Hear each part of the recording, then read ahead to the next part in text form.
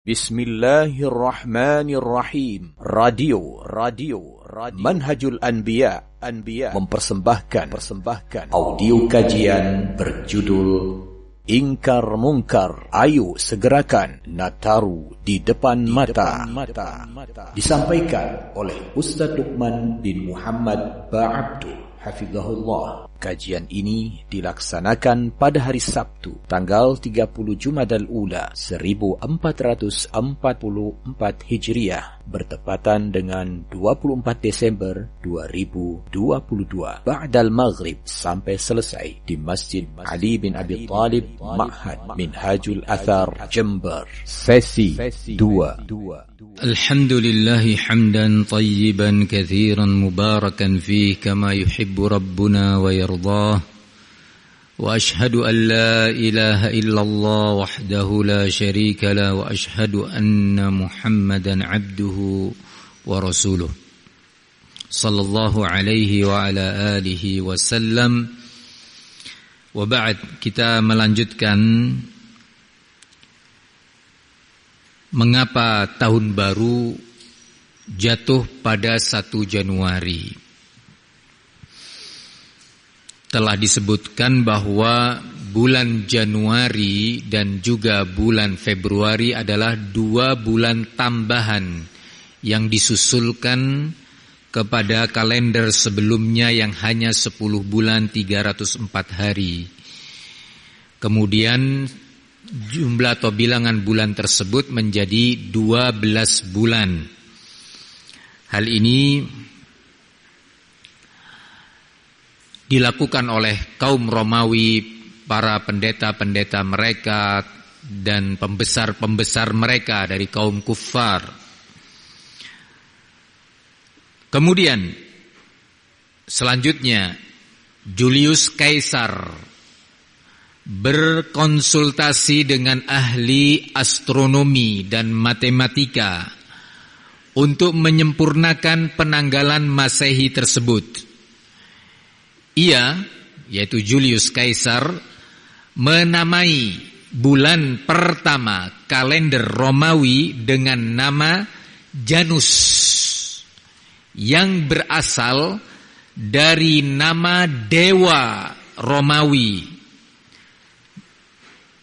dengan arti 2 muka untuk memandang ke depan dan ke belakang. Jadi nama bulan Januari berasal dari kata Janus, yaitu nama untuk sebuah dewa dalam agama Romawi, agama kufur. Nah, apa arti Janus? Yaitu 2 muka, 2 sisi. 1 muka memandang ke depan, yang 1 muka memandang ke belakang. Tanggal 1 Januari ditetapkan sebagai hari pertama tahun baru untuk menghormati, sekali lagi, untuk menghormati dewa Janus, dewa permulaan Romawi. Tahun baru diperingati dengan berbagai pengorbanan kepada Janus, sesajen-sesajen, ya, macam-macam bentuknya pengorbanan tersebut untuk dewa Janus pada tahun baru. Bertukar hadiah, masyarakat agama mereka saling memberikan hadiah, memperingati hari sebagai penghormatan kepada dewa mereka. Mendekorasi rumahnya didekor, diperindah, diberi hiasan-hiasan, ya. Juga dalam rangka sebuah keyakinan dan akidah dalam agama Romawi ini. Mengunjungi beberapa pesta, mereka mengadakan pesta-pesta untuk hari raya tahun baru demi penghormatan kepada dewa mereka yang bernama dewa Janus.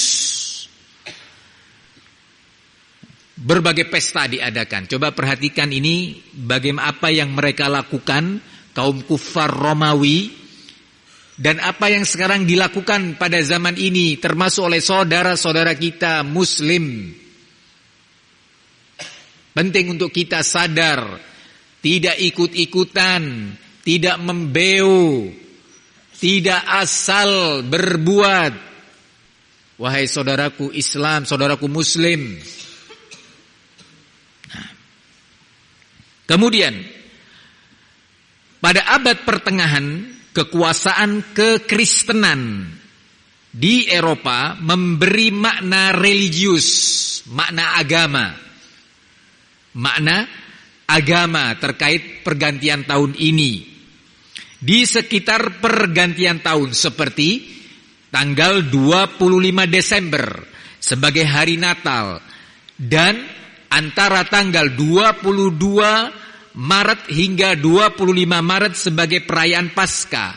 Akhirnya penetapan 1 Januari sebagai tahun baru pertama kali dilakukan oleh Paus Gregorius ke-13 pada tahun 1582 Masehi.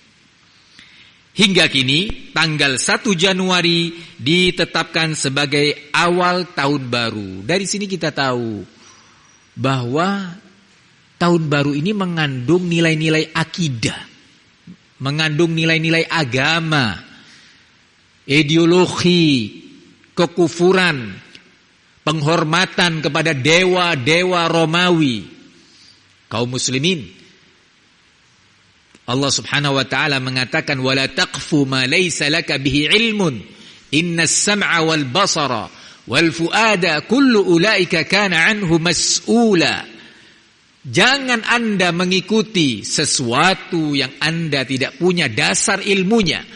Sesungguhnya pendengaran, penglihatan dan hati atau kalbu kita ini akan dimintai pertanggungjawabannya.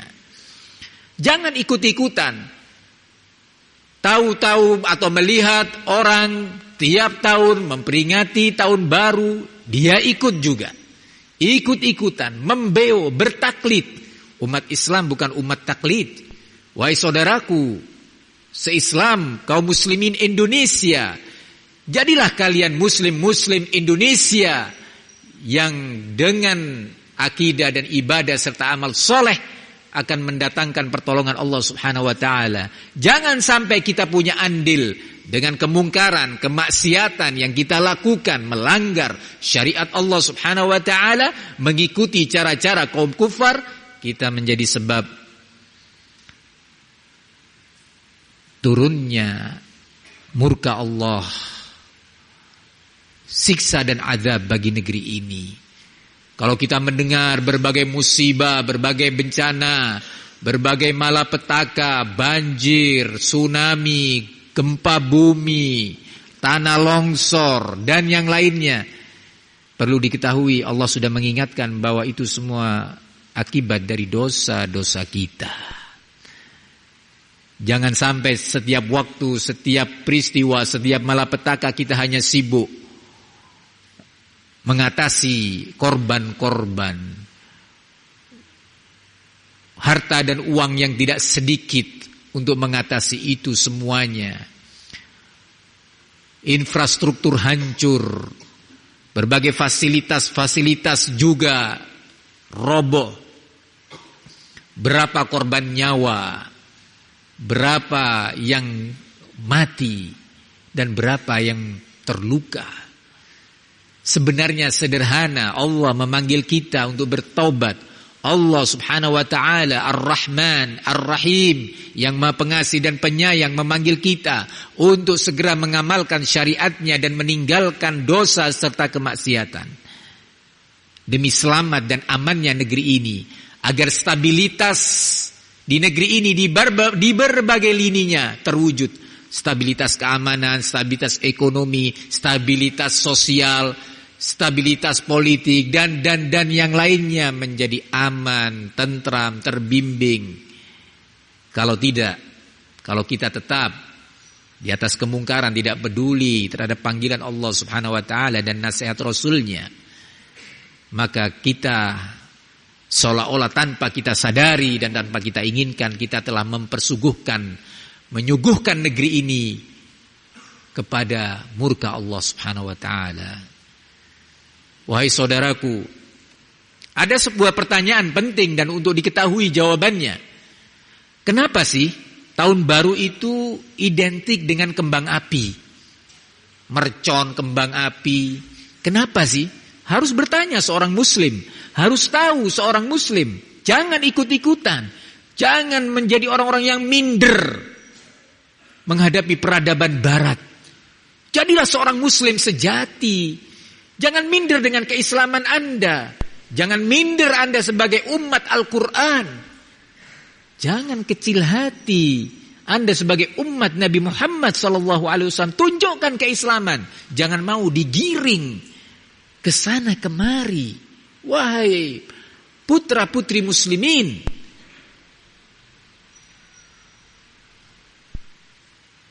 kenapa tahun baru itu selalu identik dengan kembang api pada jam tertentu, ditunggu, semalam suntuk tidak tidur? Kenapa seperti ini? Disebutkan bahwa kembang api memang menjadi sebagai sebuah tradisi masyarakat dalam merayakan tahun baru. Biasanya pesta kembang api ini diadakan di tempat yang luas dan terbuka agar dapat disaksikan secara beramai-ramai. Selain untuk perayaan tahun baru, penting diketahui bahwa kembang api ini juga dilakukan oleh masyarakat Cina, merayakan tahun baru atau perayaan Imlek. Kenapa? Mereka merayakan Imlek dengan disertai kembang api yang banyak dan besar-besaran itu karena keyakinan, karena akidah bahwa itu membawa keberuntungan.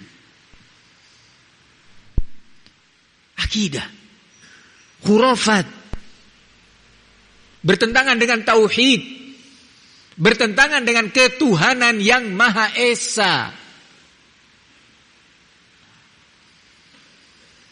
Apa arti kembang api saat tahun baru? Disebutkan oleh mereka sendiri. Tokoh kufar, seorang astronom dan antropolog dari Amerika, di salah satu universitas di sana, mengungkapkan makna kembang api terkait tahun baru. Berikut makna kembang api tersebut. Apa? Tahun baru identik dengan musim dingin. Ini makna yang pertama. Adanya api dianggap sebagai media yang dapat menghangatkan tubuh. Kedua, kembang api sebagai simbol pengusiran roh jahat. Roh jahat diyakini dalam akidah mereka akan takut dan lari apabila melihat kembang api. Ya subhanallah. Akidah, ideologi ya ikhwan. Maka kaum muslimin penting untuk tahu. Dan kami mengajak para tokoh agama Islam melalui mimbar-mimbar, ceramah, tablik akbar, khutbah Jumat dan yang lainnya dari berbagai media untuk mengingatkan kaum muslimin, anak-anak muslimin untuk sadar bahwa mereka sedang digiring kepada sebuah bahaya yang besar yang mengancam dan mempertaruhkan akidah Islamnya. Kepada guru-guru agama di sekolah-sekolah untuk mengingatkan anak didiknya dan murid-muridnya dari bahaya ini. Para ustadz di pondok-pondok pesantren melalui berbagai media di pondoknya atau di luar pondoknya, baik offline ataupun online, untuk mengingatkan santri-santrinya dan kaum muslimin dari upaya penggiringan umat Islam kepada akidah-akidah yang bertolak belakang dengan Islam itu sendiri. Begitu juga kepada para orang tua untuk mengingatkan putra-putrinya dan anak istrinya agar tidak terombang-ambing oleh opini, tidak digiring oleh kaum kufar dan kaki tangan mereka, untuk kita ikut merayakan akidah-akidah mereka. Allah tabaraka wa ta'ala mengatakan Wadda katsirun min ahlil kitab law yaruddunakum min ba'di imanikum kuffaran hasadan min indi anfusihim. Sungguh kebanyakan daripada ahlul kitab, misionaris Yahudi dan Nasara, sangat berharap dan berambisi untuk memurtadkan kalian, keluar dari agama kalian setelah keimanan kalian. Kenapa?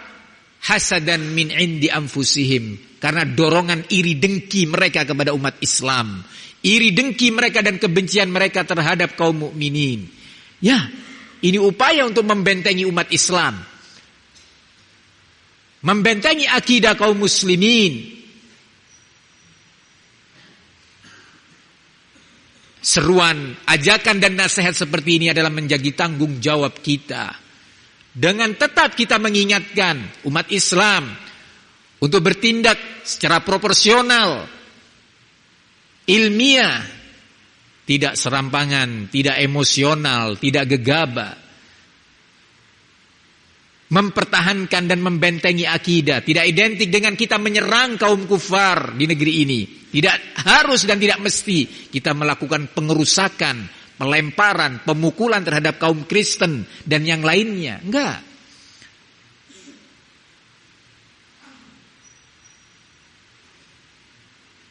Ini dalam rangka membentengi umat Islam, membentengi akidah mereka agar akidah tauhid, akidah ketuhanan yang Maha Esa dalam sanubari muslimin, bahwa tidak ada yang berhak diibadahi kecuali Allah Subhanahu wa taala. Bahwasanya Allah itu Maha Esa, tidak beranak dan tidak memperanakkan. Lam yalid wa lam yulad. Allah tidak beranak dan tidak diperanakkan. Dalam surat Al-Ikhlas yang kita baca dalam sering solat-solat kita. Prinsip lakum dinukum waliyadin harus terus diingatkan kepada kaum muslimin. Bagi kalian agama kalian, bagi kalian perayaan agama kalian, Natal kalian, tahun baru kalian, Imlek kalian. Bagi kami agama kami. Kami punya hari raya Idul Fitri, kita punya hari raya Idul Adha, kita punya juga hari Jumat yang suci, yang semuanya dipenuhi dengan ibadah. Itu agama kita. Tanpa kita mengganggu orang lain, tanpa kita mengganggu agama lain. Kaum muslimin, acara tahun baru ini di dalamnya juga terdapat kemungkaran yang sangat besar. Di samping tadi, dan itu yang terbesar, mempertaruhkan akidah kita, akidah Islam. Di dalamnya terdapat kemungkaran menyia-nyiakan harta. Acara tahun baru yang diiringi dengan kembang api, berbagai bentuk petasan, yang tidak sedikit harganya, tidak kecil nominalnya. Satu orang bisa tidak kurang dari 100.000 rupiah. Ada yang sampai 500.000, ada yang sampai 1 juta. Menginfakkan hartanya hanya untuk memperingatkan sebuah acara yang itu mengandung makna penghormatan kepada sebuah dewa. Dewa Janus, dewa orang-orang Romawi. Kalau dari penduduk Indonesia yang berjumlah kurang lebihnya 280 juta, katakan hanya 10%, nggak nyampe 20%.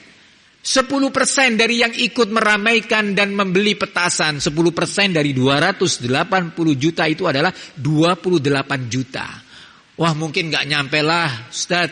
Mungkin cuma 5%-nya, mungkin 5%-nya. Ya, ini kurang lebih 14 juta. Kalau satu orang kita ambil rata-rata 100.000 rupiah, 1 juta manusia itu sudah, kalau saya tidak salah hitung, sekitar 100 miliar. Kalau 14 juta, 1,4 triliun. Jika memang demikian, 1,4 triliun itu bisa senilai dengan anggaran APBD sebuah kabupaten yang mengurus ratusan ribu masyarakatnya atau warganya atau 1 juta warganya untuk berbagai kepentingan. Itu baru urusan petasan. Belum lagi pesta-pesta tahun baru, menyewa hotel dengan gedung pertemuannya nilainya 200 juta, 500 juta. Dengan makanannya dan ini itunya. Di satu kota bisa terdapat sekian hotel. Belum lagi di kota-kota besar. Berapa miliar uang keluar hanya untuk memperingati sebuah acara yang bertentangan dengan Islam. Acara penghormatan kepada dewa-dewa, menyerahkan sesajen-sesajen, hadiah-hadiah, kegembiraan-kegembiraan.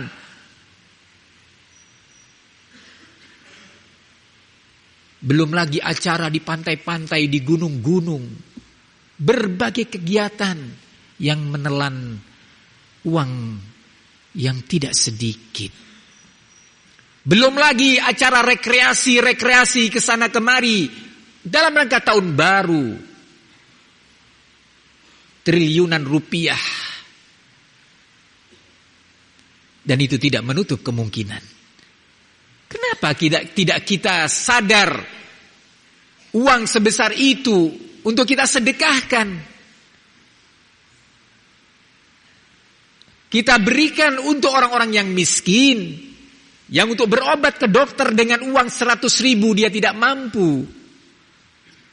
Kalau uang sebesar itu tiap tahun dikumpulkan, bukan dalam rangka memperingati tahun baru,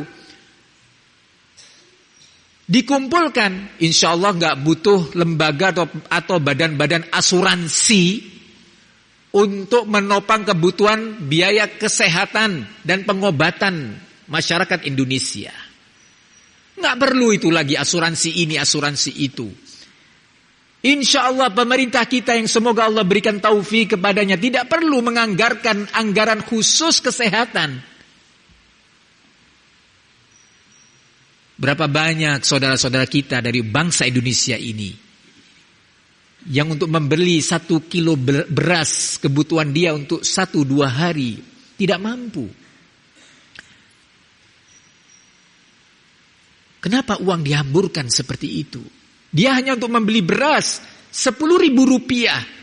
Sementara di sisi lain di situ ada dari anak bangsa yang menghabiskan uangnya 100.000, 200.000 untuk sekedar membeli petasan dan kembang api memperingati tahun baru. Masya Allah. Di mana jiwa juang kita? Wahai anak-anak bangsa, anak-anak Indonesia. Dulu orang tua kita berjuang merebut kemerdekaan, mengorbankan apa yang mereka miliki. Pakaian, beras, makanan, tepung, pertanian mereka, perkebunan mereka, hewan ternak mereka. Untuk berjuang, meraih kemerdekaan. Kenapa anak cucu para pejuang sekarang senang berfoya-foya? Tidak mau untuk saling menguatkan, saling menolong sesama anak bangsa. Mari kita sadar. Bukan uang yang sedikit. Kenapa kita tidak mau berjuang? Kita hanya mau menjadi generasi yang menuruti syahwat hawa nafsu. Mau senang-senang. Kapan kita mau berjuang? Kita mau berfoya-foya. Kapan kita mau berkorban? Mempertahankan kemerdekaan yang Allah berikan dengan rahmatnya. Kalau anak bangsa ini tidak segera dinasehati, tidak segera diarahkan, akan mengancam keselamatan negeri ini. Di saat seperti itu, sungguh Allah Subhanahu wa ta'ala, di saat kita terus bergelimangan dengan dosa dan kemaksiatan, harta dihamburkan, tabdzir atau jiwa mubadzir terus dibiarkan. Mubadzir, menyia-nyiakan harta yang Allah sebutkan di dalam Al-Quran. Innal mubadzirina kanu ikhwanas syayatin. wa kana asyaitanu li rabbih kafura. Sesungguhnya orang-orang yang mubadzirin, orang-orang yang suka menyia-nyiakan harta, mereka adalah saudara-saudara syaitan, teman-teman syaitan. Dan sesungguhnya syaitan itu sangat kufur, sangat mengingkari, sangat membangkang kepada Allah Subhanahu wa ta'ala. Kepada para orang tua, selamatkan segera akidah dan akhlak putra-putri Anda. Anda bertanggung jawab. Allah mengatakan di dalam Al-Quran, ya ayyuhalladzina amanu qu anfusakum wa ahlikum nara.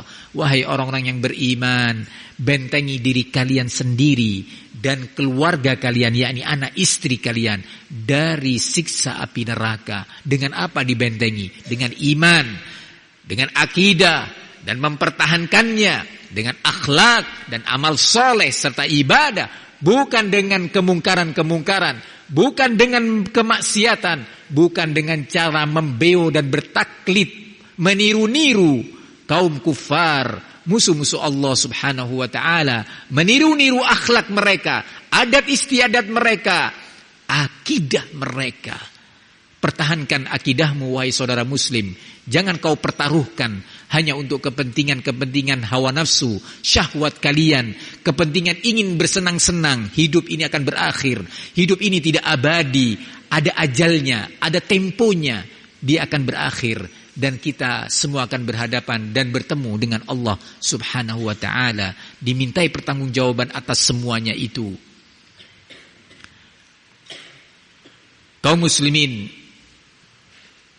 kemungkaran lainnya di dalam acara tahun baru dengan bentuk yang tadi disebutkan, bahwa ternyata secara praktek acara peringatan dan perayaan tahun baru yang diiringi dengan petasan-petasan dan kembang api juga membawa korban-korban nyawa.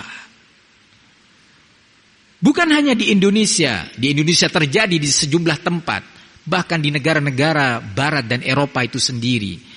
Disebutkan di Indonesia pernah terjadi di Bengkulu, di daerah Sumatera pada tahun 2017.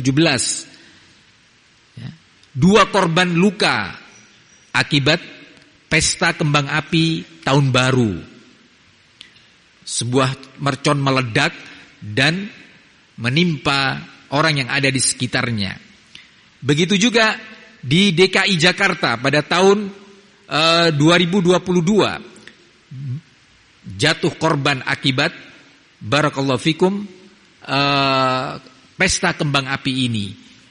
Kemudian 2 orang tewas dalam pesta kembang api tahun baru. Di mana? Di negara kafir itu sendiri, yaitu di Italia.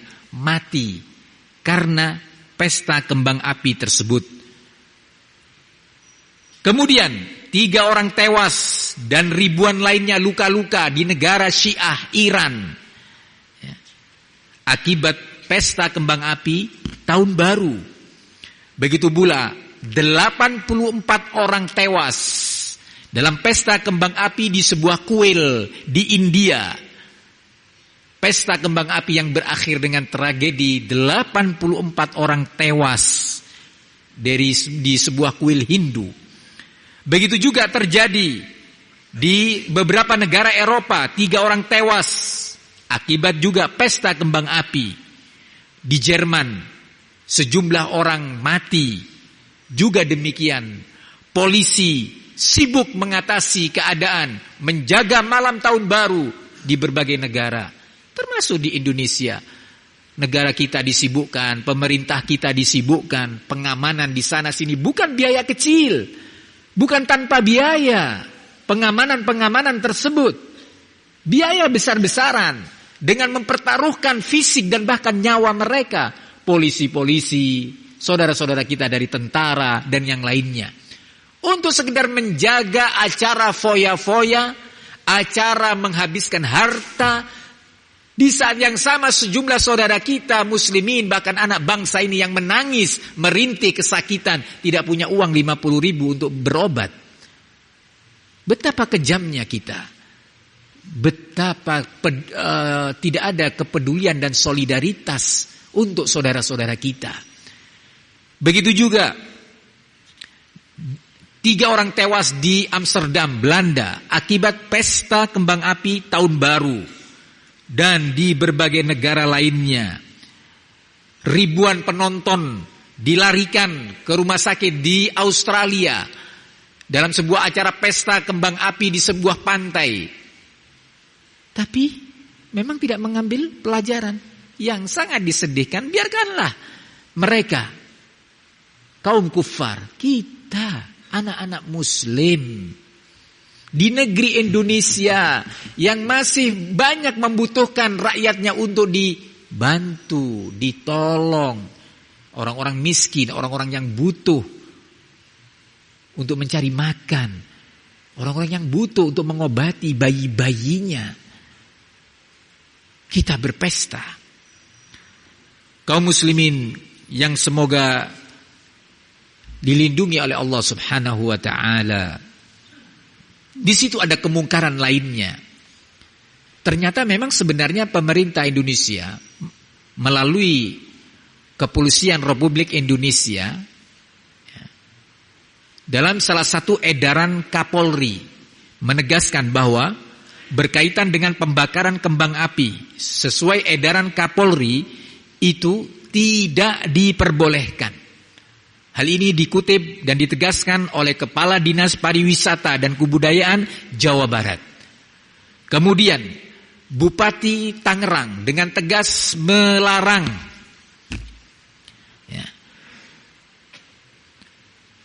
pesta kembang api di malam tahun baru. Dan beliau menilai bahwa pesta kembang api menimbulkan kegaduhan dan rawan membuat kecelakaan. Gaduh, macet, banyak kerugian yang muncul. Keributan, perkelahian antar sesama anak-anak muslim, antar sesama anak bangsa. Sementara kaum kufar melihat kita tertawa, melihat kita seperti itu ikut merayakan agama mereka, perayaan besar mereka, mereka tertawa bertepuk tangan. Demikian wahai saudaraku, beberapa penjelasan terkait acara tahun baru yang semuanya itu adalah kemungkaran. Perlu diketahui bahwa kita ini butuh pertolongan Allah Subhanahu wa ta'ala. Kita ini butuh kasih sayangnya. Negeri ini tanpa rahmat dan kasih sayang Allah, kita akan hancur. Negeri ini, Indonesia, tanpa rahmat dan pertolongan Allah, kita menjadi lemah. Kemana kita akan lari kalau Allah Subhanahu wa ta'ala sudah tidak lagi mau menolong kita? Salah satu sebab datangnya pertolongan Allah untuk hamba-hambanya, untuk kaum muslimin dimanapun, termasuk di negeri Indonesia yang semoga dirahmati ini, adalah saling menasihati, adalah amar ma'ruf nahi mungkar. Jangan dibiarkan kemungkaran terjadi, apalagi berlanjut.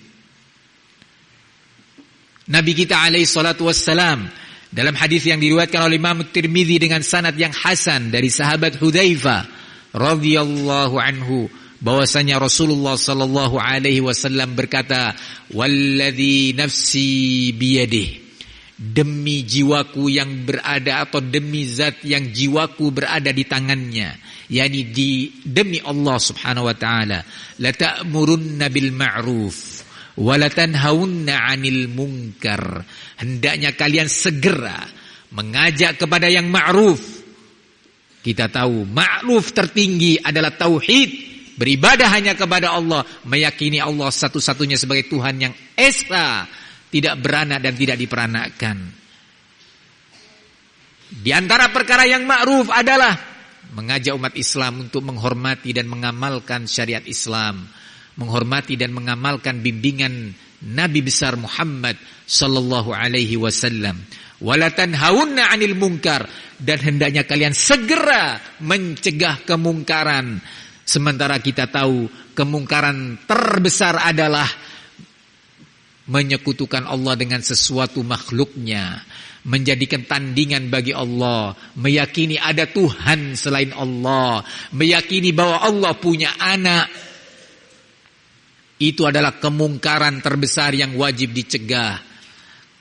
Setidaknya mencegah dan menasehati saudara-saudara muslim untuk tidak ikut-ikutan dalam kegiatan acara keagamaan mereka, tanpa harus mengganggu, tanpa harus menyerang, tanpa bersikap keras, tanpa anarkis, tetap dalam koridor yang ilmiah, hikmah. Serahkan itu kepada pemerintah kita. Kaum muslimin yang semoga dimuliakan Allah Subhanahu wa taala. Kemudian Nabi kita melanjutkan, hendaknya kalian segera mengajak kepada yang ma'ruf dan mencegah dari yang mungkar. Aw la yushikannallahu ay yab'atsa 'alaikum iqaban minhu. Kalau tidak, sungguh sudah sangat dekat waktunya Allah akan mengirimkan hukuman terhadap kalian dengan sebab kalian meninggalkan amar ma'ruf nahi mungkar. Kalau sudah seperti itu, hukuman Allah sudah datang, sudah mengancam kita. Thumma tad'unahu fala yustajabu lakum. Di saat itu kalian berdoa, kalian mengatakan, ya Allah, astaghfirullah, ya Allah, selamatkan negeri kami. Ya Allah, bencana datang, selamatkan kami ya Allah. Astagfirullah. Di saat itu kata Nabi, Allah tidak kabulkan doa kalian. Tangisan, jeritan sudah tidak lagi dikabulkan. Kenapa? Karena Allah sudah memerintahkan, tegakkan amar ma'ruf nahi mungkar, hentikan dan cegah kemungkaran-kemungkaran itu. Tapi kalian tidak melakukannya. Kalian biarkan yang mungkar tetap mungkar. Kalian tidak mengajak orang untuk berbuat yang ma'ruf.